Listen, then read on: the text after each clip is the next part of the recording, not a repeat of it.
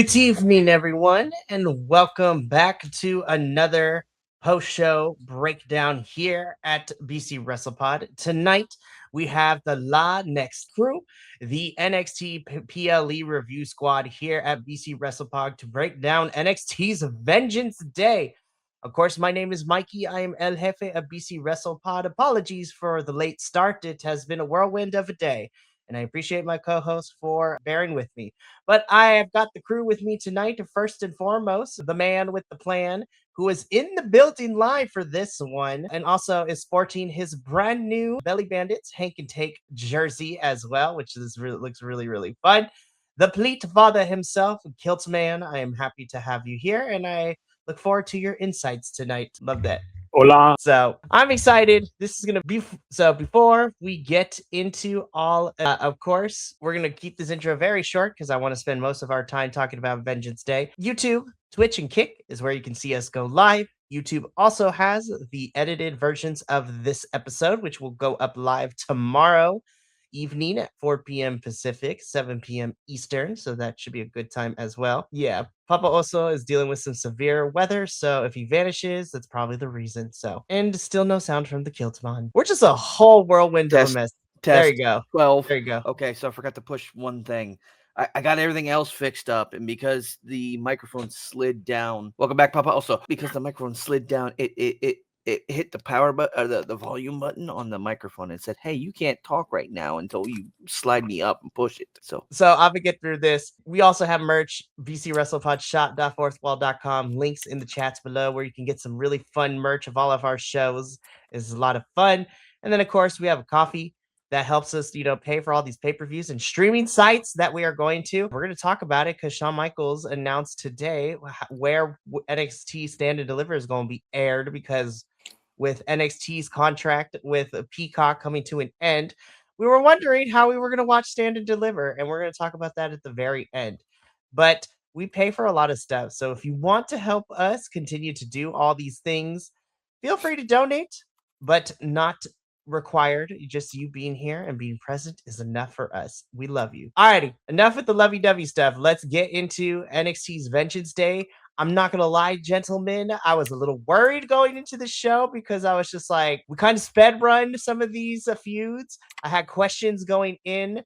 The Go Home show answered some of them, but I still had more. And I honestly was very pleasantly surprised. And I thought overall, minus a couple of things, I thought this was a really pretty solid PLE.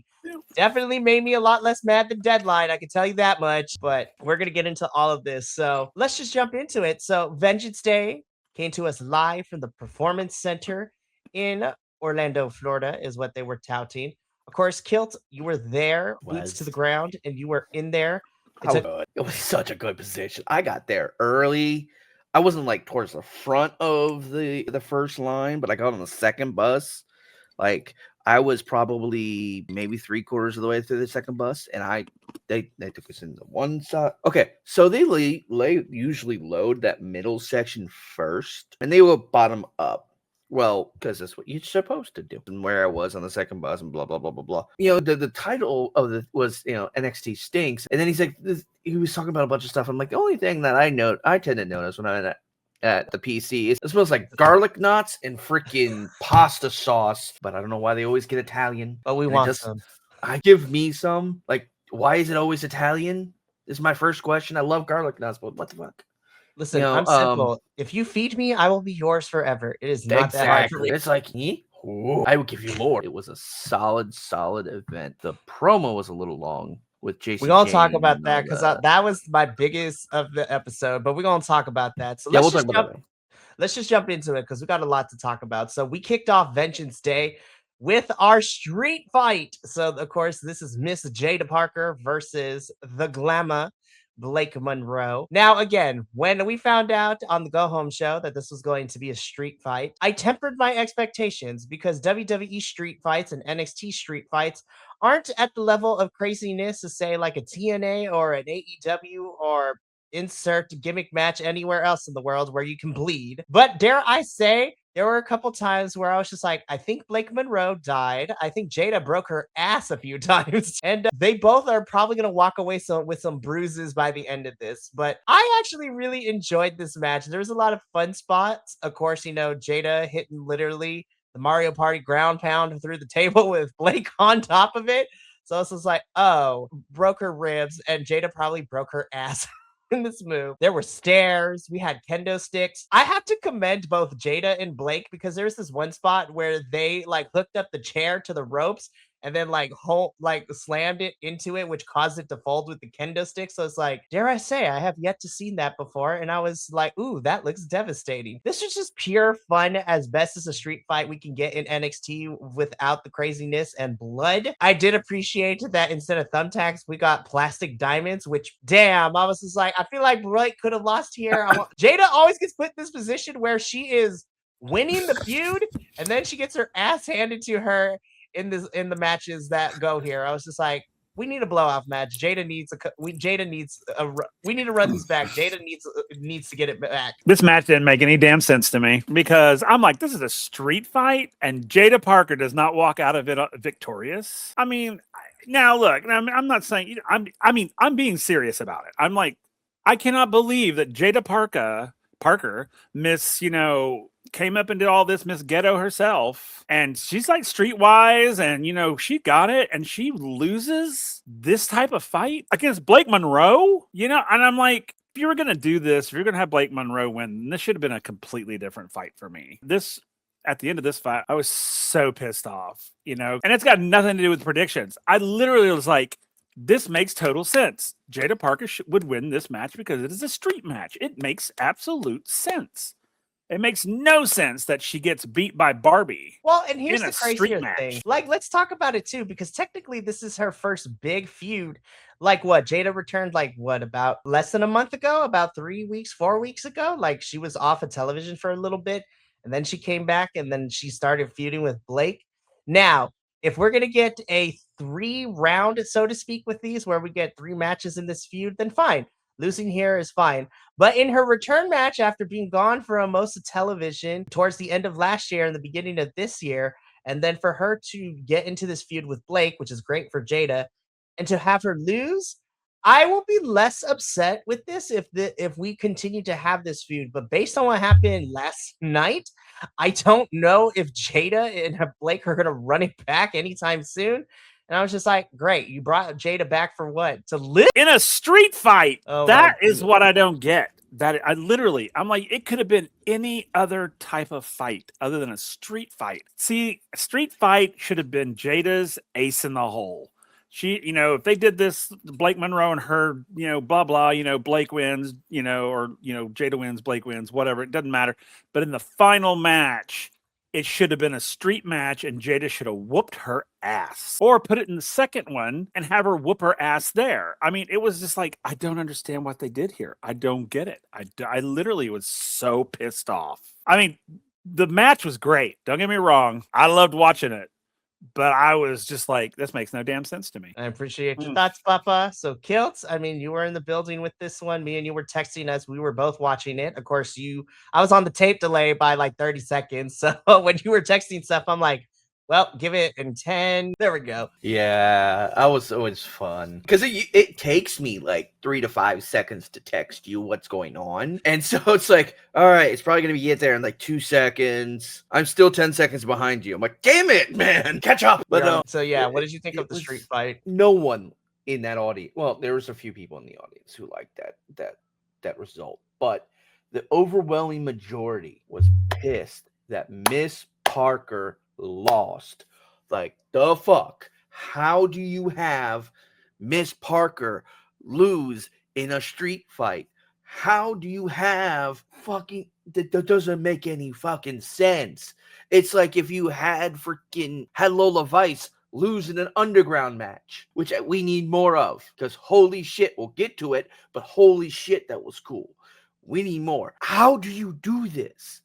It's like you threw in Bad Bunny for an underground match, or not for an underground, for a street fight match, and he loses. Or you throw in, name a wrestler, you put in the Hardy Boys in the TLC match, and they lose. Lest we forget, they have lost. Remember, they lost. Well, let me clarify. Yeah. They lose to someone such as, I'm trying to be good because I was going to say Pretty Deadly, but I love Pretty those boys. Deadly is great. Not their bread and butter. Remember, Dark State were the ones to beat the Hardys at Halloween Havoc back in October to get the NXT championships back. So Yeah, remember how mad we were about that result too? Yes, I'm very mad, but I'm still I'm making a, hey, this is what they're known for. But say also with Dark State, in that analogy, Dark State is more conducive to that style of a match, that style of fight wrestling. Blake Monroe is not a street fight style, not at all. She's very clean cut, very Americanized, like just at least normal. the character that we're being presented, because yes, I know people tend to forget, because I was like Blake Monroe, and then I look at her, Mariah May back in AEW at this point last year. I'm like, now I know you can go, but storyline wise, this does not warrant you winning here. Now, I don't know if it's because, I will say, and we talked about this, Jordan Grace and her having that steel cage match at Battleground was awesome. And Blake lost that. So I was just like, okay, Jordan winning makes a lot of sense. But unless you're going to run this back and give us the trifecta of 3 matches in the feud, if we're not running this back, because again, it seems that Blake is going to be busy with the Women's North American Championship scene going into Stand and Deliver. It just makes me, it irritates me that Jada was brought back for her to lose this. And so now what Jada gonna do? What we gonna do with her? Like, is she gonna be off my television screen again? Because I don't want that. Yeah, like, don't be stupid. It doesn't make any sense. They wrote this story and then said, well, we'll figure it out later. Yes. And unfortunately, it smells of main roster. Lord help us. I'm just like, it's getting insane out here. But again, Blake wins. If I wanted to run it back, but it seems that we're going to put a pause on it. I'm like, no, don't stop and start feuds, NXT. We have already talked about this. We don't want these feuds to start and stop. They've been doing this for the last year or two. And I was just like, you are cooling feuds. And then when you go back to them, I was just like, I'm going to be honest. I don't care about it no more because it's been too long. But anyways, let's keep going because we still got a whole thing to talk about. So let's talk about these two, because this weird bromance is so annoying as fuck. But I see where we're going and I don't hate it. So backstage, Ethan Page is looking a little bit better. He is still dejected after Miles Bourne whooped his ass, not once, but twice. The first time taking the NXT North American champion from Ethan. And then on the Go Home show, while they were still dressed in their plain clothes, Miles whipped his ass again to retain the championship. And so Ricky wants to make sure that Ethan is going to be on the same page and be out there to help him in his match against Joe Hendry. I was just like, this is a toxic relationship and I'm here for it. And we're going to talk about the main event because I'm like, I smell a triple threat at Stand and Deliver, especially after what happened on this Tuesday. But we'll wait until we get to the main event to talk about it. We're going to talk about these two a little bit later because right now, I'm going to be honest. I was like, this match is going to suck. I'm going to just let this next picture like show it off. God damn, I was actually entertained. I was like, ooh, this match is kind of killing it. Also, Tony D'Angelo, when that bun fell apart and your hair was coming down, I was just like, well, hello there. I did too. I didn't even notice it came loose until he stood up and just whirled like, okay there, Big Lion, what's up? But I was like, damn. This was so great. This match ruled. We didn't know which side they were coming in from, and then they just popped straight through the fucking crow's nest. And I'm like, what's funny is I noticed Mike Rome stand up from his chair and walk away. I'm like, what the hell are you doing, Mike? And then all of a sudden, wham! Like, oh, that's what you're doing. He's like, and they're coming in 5 seconds. Let me GTF. He's like, let me get the fuck out before he gets ran over. Again. Oh man, I thought Tony and Dion got hurt because when they went through, the crow's nest there, I'm like, oh my god, that is crazy. But let me break down the events really quickly, right? So we got a couple of the NXT people in the parking lot. Dion Lennox is waiting in the parking lot for Tony to arrive. Quote unquote, Tony's car arrives and all of Dark State attack him, but it turns out it's a decoy. And then Tony jumps them from behind. Then we have them brawling in the parking lot, brawling them backstage, coming back out to the parking lot, down the hallway outside. And then when the numbers game is too much, all of a sudden, Out the Mud just jumps in. And they jump the Dark State boys too. And I was just like, oh shit, everybody getting into this one. I was here for it. Because also OTM got beef with Dark State. So OTM is taking care of the Dark State boys for a little bit, which then Dion and Tony head backstage once again. So they went through a door, they went through the wall, and then eventually they made their way to the crow's nest in which the fight continued. This was so intense and out of control. I was just like, well, damn, color me surprised. I was pleasantly surprised with this one of how intense and how crazy. And this was just a regular kind of match. I know we started in the parking lot, but this is not a street fight. This felt more street fight than the opening match did because this was a parking lot fight. It was crazy out here. My God. And by the end of this, after a really fun back and forth, Mr. Lion Tamer himself, Tony the Daddy D'Angelo, wins this match and puts a nail in. Hold up. It is Tony the Lion Daddy D'Angelo. My mistake. Because he has Tony, that mane. I was just like, I need you, Tony D'Angelo. I need you and Paulo Malo to tell me what that hair care routine be looking like out here. Can I get some plugs? Gimme. I want some hair back. Listen, if I can grow hair like Tony D'Angelo, I would be unstoppable. That's fair, me too. Anyways, this is at the top of my list for the night. This was so much fun. Like the crowd went nuts when OTM showed up and started whooping ass. It was so cool. I loved every step of this and like trying to get the layout of the different areas that they go through. And it's like, okay, where are they going? Which side are they coming in from? Are they coming from that way? Like what's going on? And then like it just I am so glad I got to be in this because it was phenomenal. Love it. Papa Oso, your turn. Tell me about this match, and on a scale of 1 to 10, how thirsty are we for Daddy Lion to Tony D'Angelo now? I have no numbers. That's so high. I've always had a soft spot for Tony anyway, but now I have a hard spot for him. So excuse me while I clip that because that needs to be done. Yes, do it right now. So going back on my past experience when I was younger with my dad and all that, this beautiful event that unfolded is what wrestling is all about. This was a beautiful piece of physical storytelling. There was no ifs, ands, or buts about it. We knew what was happening. We knew who was doing what, why they were doing what. Everything was so beautifully done that it was, I watched it twice. I was like, this is freaking awesome. And of course, any chance I get to see Dark State get their asses whooped, I'm there for it because they drive me insane. And it was great to see Out of the Mud coming and like doing it. I was like, yes.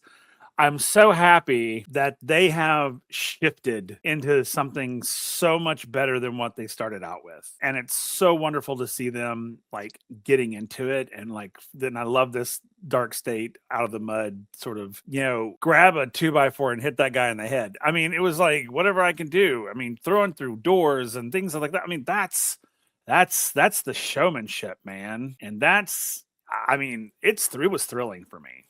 This was, out of everything that happened this evening, this was probably like my highlight. It was great. Right. And I feel like this is the direction, that I'm really happy to see Tony go into. I need more intensity from him because, dare I say, I would like to think that this kind of weird put together match for Vengeance Day is kind of probably Tony's best match so far in NXT, at least for me personally. But this was such a fun one. I had a blast watching this. And, as we found out, now that Tony has kind of put to bed the chapter with Dark State, because Dark State is also moving on, because it seems that they and Out the Mud are going to be feuding for a little bit. Last night, Tony, put Joe Hendry on notice, be like, hey, I'm coming for that title at some point, so be ready. I'm like, Tony D'Angelo as NXT champion, let's go, because I've been waiting forever. And I think now that we have kind of a shift in his character and what he stands for and where we're going, let's do it. I'm here for it. So we move on from this match into this one. And I'm just like, this was my favorite match of the entire night. And dare I say, I'm going to get on my soapbox a little bit and then I will break this down officially, right? So this past weekend, it has been a whirlwind of how many events I had to watch in order to get ready for this week's reviews, but I have no qualms about it.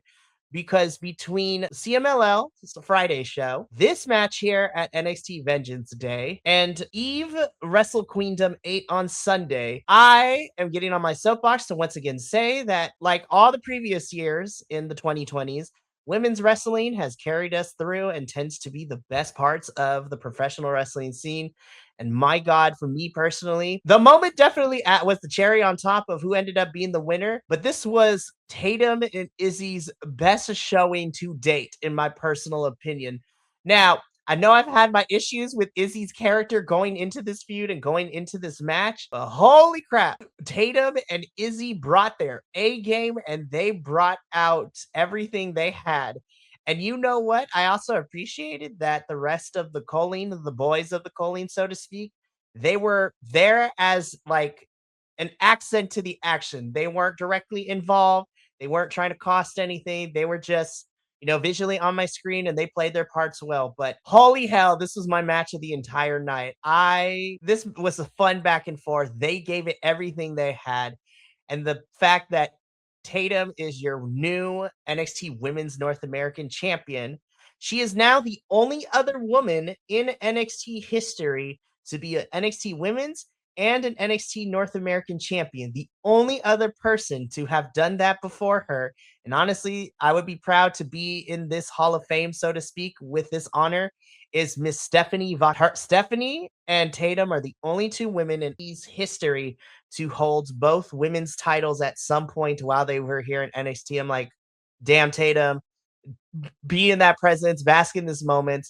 And then I started crying when I saw her, how excited she was on social media and how much her and Shawn Michaels were celebrating and being like a dad. Shawn Michaels was hugging her and congratulating her. I'm like, but he is really embracing social media a lot more than, well, Hunter. Yeah. Mr. Levesque over there. No, he doesn't get to be called Hunter no more. It's Mr. Levesque or Paul. I know there's Paul Heyman. It's Paul Levesque. And I'm not calling him Triple H no more. But no, yeah, he hangs out with the crowd at NXT in the merch booth before the show a couple of times. He shoots a lot of hilarious moments backstage, behind the scenes stuff, and just goofy things. Like you'll see later. We'll talk a little. I think we'll touch a little bit on tonight's episode or last night's episode, but there was a little after action scene between Sean and Shiloh. Oh my God. Okay. It was so hilarious. We're going to wait at the very end because honestly, I think Shiloh Hill might be my new favorite person, especially after last night. But I'm going to start with Papa Oso on this one. Let's talk about it. This match for the Women's North American Championship. Just tell us, Papa, what did you think about this match? Did not go the way I thought it was going to go. I mean, not the ending, but just the sheer. I thought this was just going to be another, like, sort of almost kind of throwaway. That's kind of how I was going into it because, they've kind of, just because of the way the whole Izzy and Tatum thing has been going, I was just like, it felt more like, oh, they're just playing with us. I was like, oh, here we go again. That's where I was at the beginning of it. Then as it started, I was like, okay, all right, this is not bad. And then, it sucked me in and I was there with it. And boy, howdy, I have never been so proud of Tatum in my entire life. Because ever since Tatum has hit our scene way back, Mikey, when you and I it was just you and I, man, we were like on board with her. And I was like, God, she has so much potential. And then they finally started to kind of focus on her a little bit here and there. And I was like, yes. And when she won the belt, I literally had tears in my eyes because I was so happy for her. Because I was like, man, this girl has been to hell and back with the storylines they've been putting her in. And then to finally take this from Izzy, I felt like a proud papa. And yeah, this was my match of the night as well. And I just sat there and I was just like, God, I'm so proud of her. Not, my gushings on her mattered in the universe, but I was literally just like, God, I'm so proud of who Tatum Paxley has become in her journey from when we first met her to now. And I always thought, I was like, God, she has like championship she has that quality. And I think she could be a great champion if given the shot. And now she's got it. And I'm really hoping that this title builds her up, and they don't just like, oh, she's got the title, now we're going to take it away from her again, or that sort of thing. To happen again, like when she won the No. NXT Women's Championship. Right. And so I really hope this is them saying Tatum Paxley is a true champion and not just a belt holder, which will piss me off if they do that, because she deserves it. Exactly. Kilt, I mean, like, only a few. Everyone was Tatum. Like, I love the fact that she ran up towards my area because which I was on the other side of, and I was kind of unfortunate, but it's great. It's like if you see one, like if you kind of like zoom in a little bit, you can see my fat tubbiness on the opposite side of the aisle. That was such a good match. It was so well done. I loved every moment of it, and I cannot wait to see what happens now. I am too. And to kind of speak to what you were saying, Will, is that because since we've been covering NXT here for who knows how long, like me, you, and even Andrew when he was a part of the crew too, we all said that there's something with Tatum that we really love and we really enjoy. And I'm really happy to see how far she's come, and I'm really excited. Now, she has a big test ahead of her because next Tuesday, when NXT hits San Antonio, Houston. Oh, sorry, Houston. My bad. No, I'm sorry. I'm thinking of TNA going to San Antonio here really shortly. Sorry. So NXT is heading to Houston next Tuesday, and Tatum is going to have a really big test ahead of her because it's her and Izzy in a rematch, but this time, this is it, steel cage match. And I was just like, honestly, I'm here for this. And please, Shawn Michaels, don't make me mad once again. Tatum should get the definitive win over Izzy in the steel cage for this one. So we shall see what happens. But yeah, this definitely was the match of the night for me. And I could not have been happier with the results. And I'm excited to see Tatum run with this championship. So please, Shawn Michaels, let her win against Izzy next week. But I had a good time with this one. Honestly, I'm gonna put this on my recommended to watch for March of 2026 matches to watch, and we're barely at the beginning of the month already. I'm right there with you. Stamp. I'm like, damn, I already have like 5 matches that I want people to watch, and 3 of these 5 are already match of the year contenders for me, which is nuts to talk about. This is a really good moment. So let's keep this going because we still got a whole other show to talk about. And so really quickly, OTM is coming after Dark State. Dark State has quote unquote fucked up the bag for OTM. It's taking tag title opportunities, singles opportunities away from them and other people. It's time that OTM kind of balances the scales, so to speak. So I'm like, yes, OTM just out here beating up Dark State. I'm not going to be disappointed in that. Let's go with this. Alrighty, so let's get this over with because this segment went on way too long. This was a convoluted way to get to where we are going next Tuesday. But Robert Stone is out there, Fatal Influence come out. JC cuts a promo. Zarya, like a bad ex-girlfriend, interrupts, and I love the shirt that says Soul's X bedazzled. I was just like, that is some petty ass shit, and I'm messy, and I'm here for it. Then, Zarya talks to JC and, telling her that she would have been won had Soul not interfered. Soul comes out. The girls get into an arguing match. Robert Stone makes the announcement, which I was surprised because I was like, stand and deliver. Here we go. Triple threat. Let's do this. No. We are getting this triple threat next week in Texas. And I was just like, so then what is going to happen at Stand and Deliver, you guys? What are we doing? And then a whole brawl breaks out with, Fatal Influence standing tall. And I'm just sitting here and I was just like, we spent like 10 minutes, which you could have simplified this to a 2-minute backstage promo where it'd be like, hey, we're going to do a triple threat in Texas. So y'all need to get ready. I was like, I know we got to pad out the time, but I was like, this was convoluted as hell. But now I'm like, okay, so depending on what happens next week, what's our women's title match at Stand and Deliver looking like? Because I have no idea. Go ahead. Just so that way I can throw it into, because they could have probably done this as a backstage segment. Mhm. Yeah, they could have drawn it out backstage. But the thing about it is, I know they needed time to switch the ring into underground rules because that's what the next match was. They could have given more time to set that match up or set the ring up for the underground match and had this as a backstage segment. Just like it was so it sapped a lot of energy out of the room. Yep. I bet. This is the wrestling personification of an email, and we would have gotten just as much out of it. I hate waste of time promo crap. that's just like, why are we doing this? This did not need to be a whole filmed segment. Like, yeah, I was just like, oh god. I fast forwarded through most of it. Actually, I think I fast forwarded through just about all of it. I was like, nope. Unless someone's gonna come in and hit somebody with a 2x4, I'm done. Let's move on. I literally said the same thing. Can I skip this? Oh wait, this isn't the freaking Adam Sandler movie that he made. I believe it was called Click. Yep, that one. I was like, Click, Snap. No, not Drag. It's something. Not Remote. I know that. I knew the Remote was in it. Christopher Walken was in it. But like, I wanted to speed it up because it was so boring and so dry, and they were so rude to like Stone. I'm like, come on, The don't girls would be not let that rude man to talk. that man. Like, I know no one really likes him that much, but come on, like, have some professional decorum here. Have some Don't be social a- decorum, as the kids say. Exactly. Have some social decorum, says the man in the kilt. It's like, I just, again, I mean, like, you got me in this accent. How dare you, Mikey?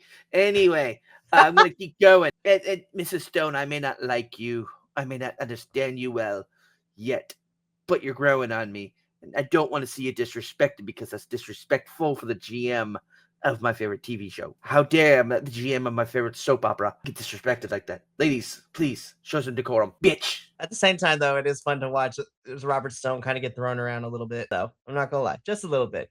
Now on NXT, yes, I want the respect for him, but when he shows up on TNA, I'm like, Jody Threat, beat a bitch ass, like beat him up. On TNA, I'm like, oh god, he's a heel, beat him up right now.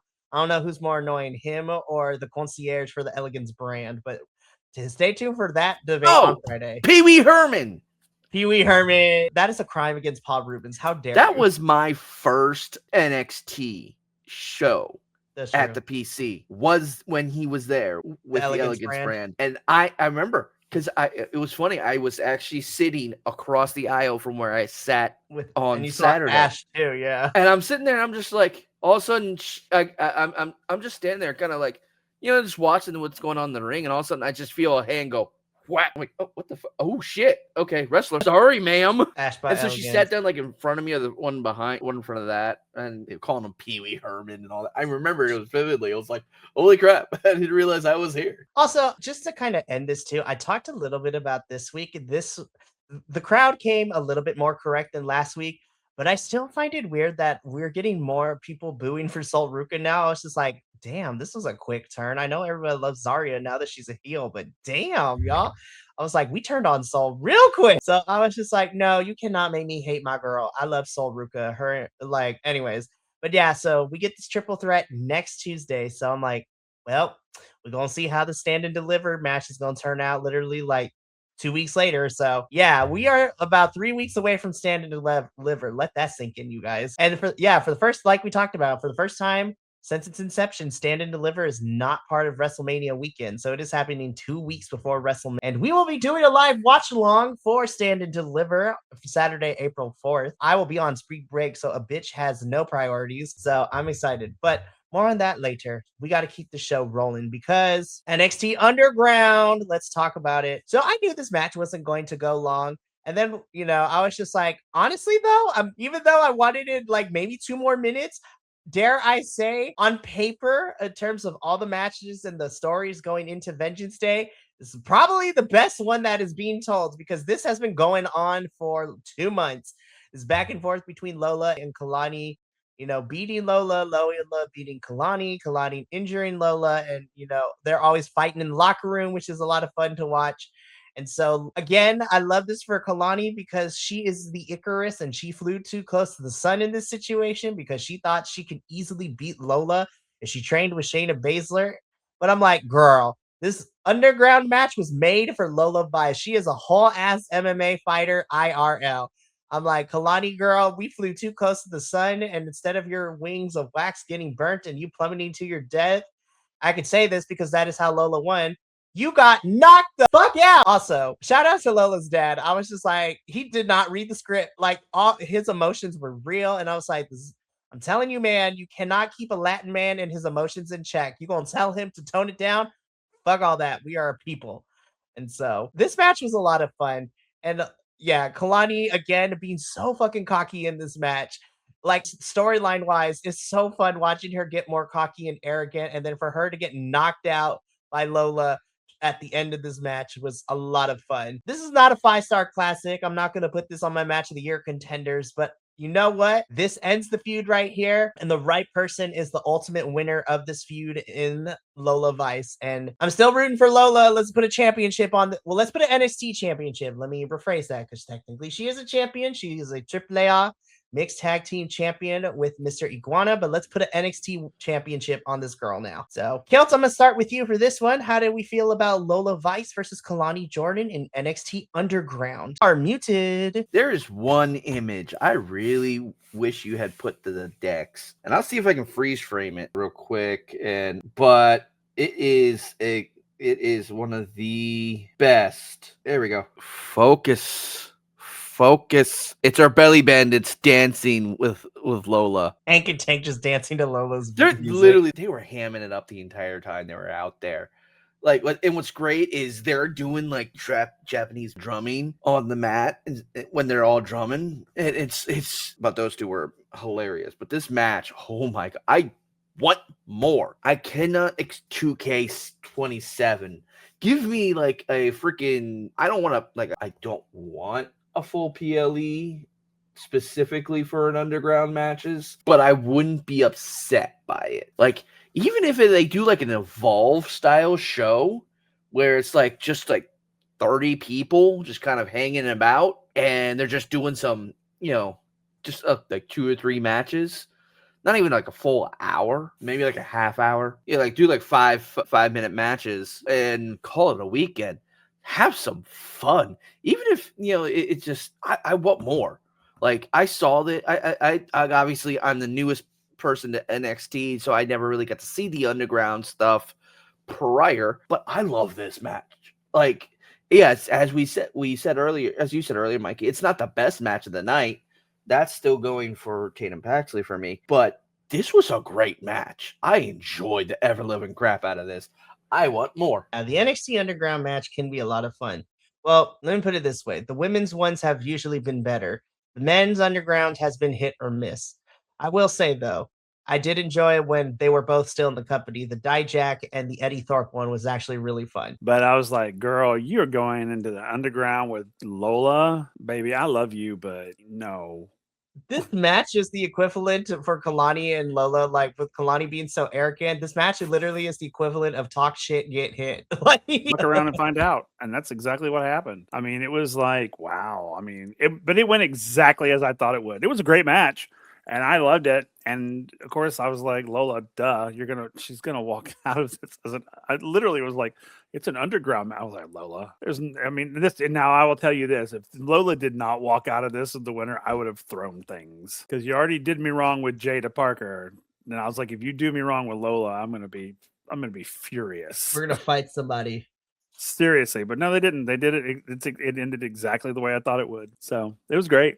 I love me some Lola, and I'm so glad that she's like doing her thing. And I love me some Kalani too. And don't get me wrong, I love me some Kalani too. But yay for Lola. 100%. So Lola once again wins the NXT Underground match, and fantastic. So we move backstage where JC Jade is having a minor panic attack, as she always does when she actually has to defend her championship. And so Lainey Reed tells JC that, hey, you know what? I'm going to take care of Sol, so you have one less problem to worry about come, Texas. And we'll take care of that. Spoiler alert, Sol snatched that Sol real quick. I will say Sol versus Lainey was actually a pretty fun match last night, but Sol wins. And so I was like, you thought. Anywho. So, so we'll see what happens next Tuesday in this triple threat. All right, boys, we're about to get and talk about the main event, but before we do, this is the last call. If you still want to check out our social medias or look at our merch as we talk about the main event, link in the description to both of those things are in the chats across the places that we stream right now. So please go ahead and check those out if you will. With that out of the way, let's get into our main event. For the NXT Championship, Joe Hendry defending the title against Ricky Saints. Now, I thought this was a solid match. I may have not liked the feud and the story going into this, especially, unfortunately, poor Kilt had to suffer through the Ricky Saints experience live and in person when we had a bootleg Joe Hendry concert with Ricky. God, it was so, oh my God, it is so awful.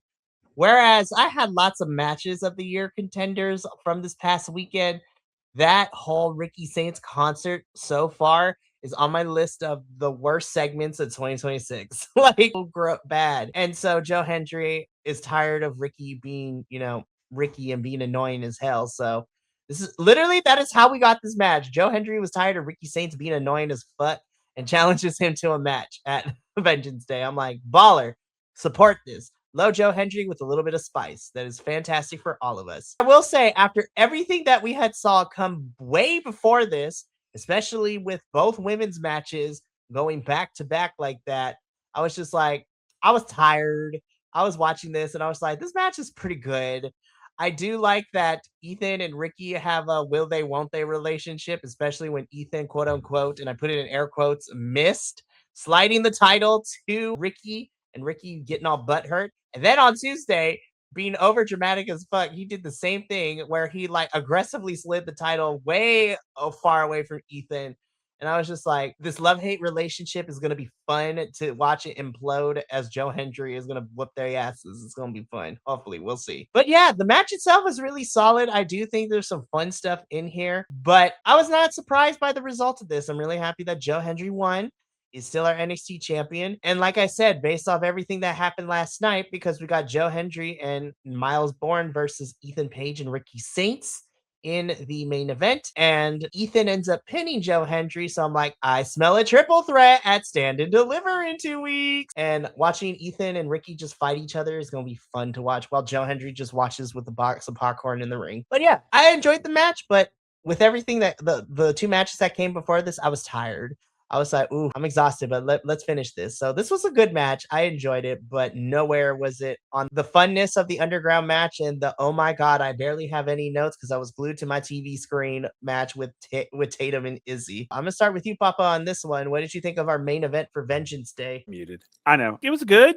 Of course, Joe Hendry was involved, so he's my boy, and I love watching him no matter what. And this went exactly the way I thought it would. I didn't think there was any big surprise here. I didn't, which is unfortunate because I really want Joe to do something that's surprising. I want to be surprised that he actually won. If he wins, I wanted to be surprised that he won. Because this one didn't really feel like a challenge to me anyway, watching it. I was like, this doesn't feel like it's, dare I say, worthy of your time. But it kind of felt like that. And I honestly believe that the Izzy and Tatum fight should probably have been in this slot. Oh, if they put Izzy and Tatum as the main event, I think that would, like we talk about for CMLL, you put that match in the crowd go happy position and you're going to have a really good time. You're going to have the crowd go home happy, but yeah, because again, like you said, you were tired, and I mean, I was just like, okay, can you just say, Joe, you're the winner, and let's move on. I mean, it's exactly because it was like, there's no way that this is going to be any type of serious challenge, And I was like, because again, the feud makes no sense. The lead up to it really made no sense. And I was just like, okay, I mean, I watched it only because, Joe. But if Joe wasn't in this fight, I probably wouldn't have watched it at all. But yeah, that's my take on it. Fair enough. And finally, Kilts. You were in the building for this one. How did we feel about our main event? This was good. I was really expecting Ethan to my brain farted, to turn on Ricky both Saturday night and last night. Yeah, so that was entertaining at least. It was a good match. Again, it wasn't the best of the night because we already saw that. I enjoyed it thoroughly. I'm excited for this. For the next step. We'll see what goes on from here because it's going to be interesting and messy one way or another. Yep, because after Texas next week, technically we're still on that, and that was kind of the way last night too. But now we are on the road to NXT's biggest show of the year always, which is Stand and Deliver. So we are on our way there. So we shall see how the next few weeks pan out for everybody. But gentlemen, that has been Vengeance Day. Again, at first I was just like, this should be an okay show. But honestly, because of the 2 women's matches and the Dion and Tony match, I think those 3 matches definitely were like the highlights of the evening for me watching this. And it definitely helped push it to the grade that I got it. So I ended up giving Vengeance Day a B+. And it definitely was boosted by those 3 matches that I mentioned. The opening and closing matches were still pretty solid. I think the only thing that kind of dragged was the promo we got from Soul, Zarya, and JC in the middle of the show. But it wasn't anything that was too crazy, but we could have cut it down and could have been a pre-tape or even live backstage. But still, very solid, very happy, and I'm super excited for not Vengeance Day, for Stand and Deliver in 3 weeks. And like I said, we will be doing a live watch along on Saturday 4 p.m., which I mentioned earlier at the beginning of the show, that Stand and Deliver will be streaming on WWE's YouTube channel of all things. So Stand and Deliver is going to be on YouTube, which is very interesting, but I'm not going to complain. So we will be doing a live watch along on Saturday, April 4th. And then the post show will be on the 7th.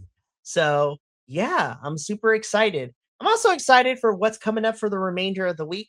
In about an hour, I will be back here with Papa Oso, and we'll be talking about CMLL. So we go from NXT PLE to the International Women's Day in CMLL, all women's matches. We got 8 of them to talk about, and honestly, I had a ballin' ass time watching, so I'm excited to talk about that one. Then tomorrow evening, we continue the International Women's Month / weekend, as I will be here with Benny as we talk about Eve Girls of Battle Riot's Wrestle Queendom 8, which saw women's wrestling. And honestly, that show alone has 3 of my match of the year contenders already, and it's barely March, and it's insane. And then we wrap things up this Friday with TNA, where I don't know if I'm happy that Papa Oso is back, or I'm more afraid that he has been missing the last couple of weeks. So he has avoided all the shit that we have had to gone through the last couple of weeks, the convoluted plots that we've been getting in TNA. But you know what? His presence will be welcome, because we're going to talk a lot of shit on Friday, and it's going to be good. So that's going to be it for us here tonight. From all of us here at BC WrestlePod to you at home, remember, take care of yourself, love one another, stay iconic, and more importantly than anything, you always deserve to finish your story.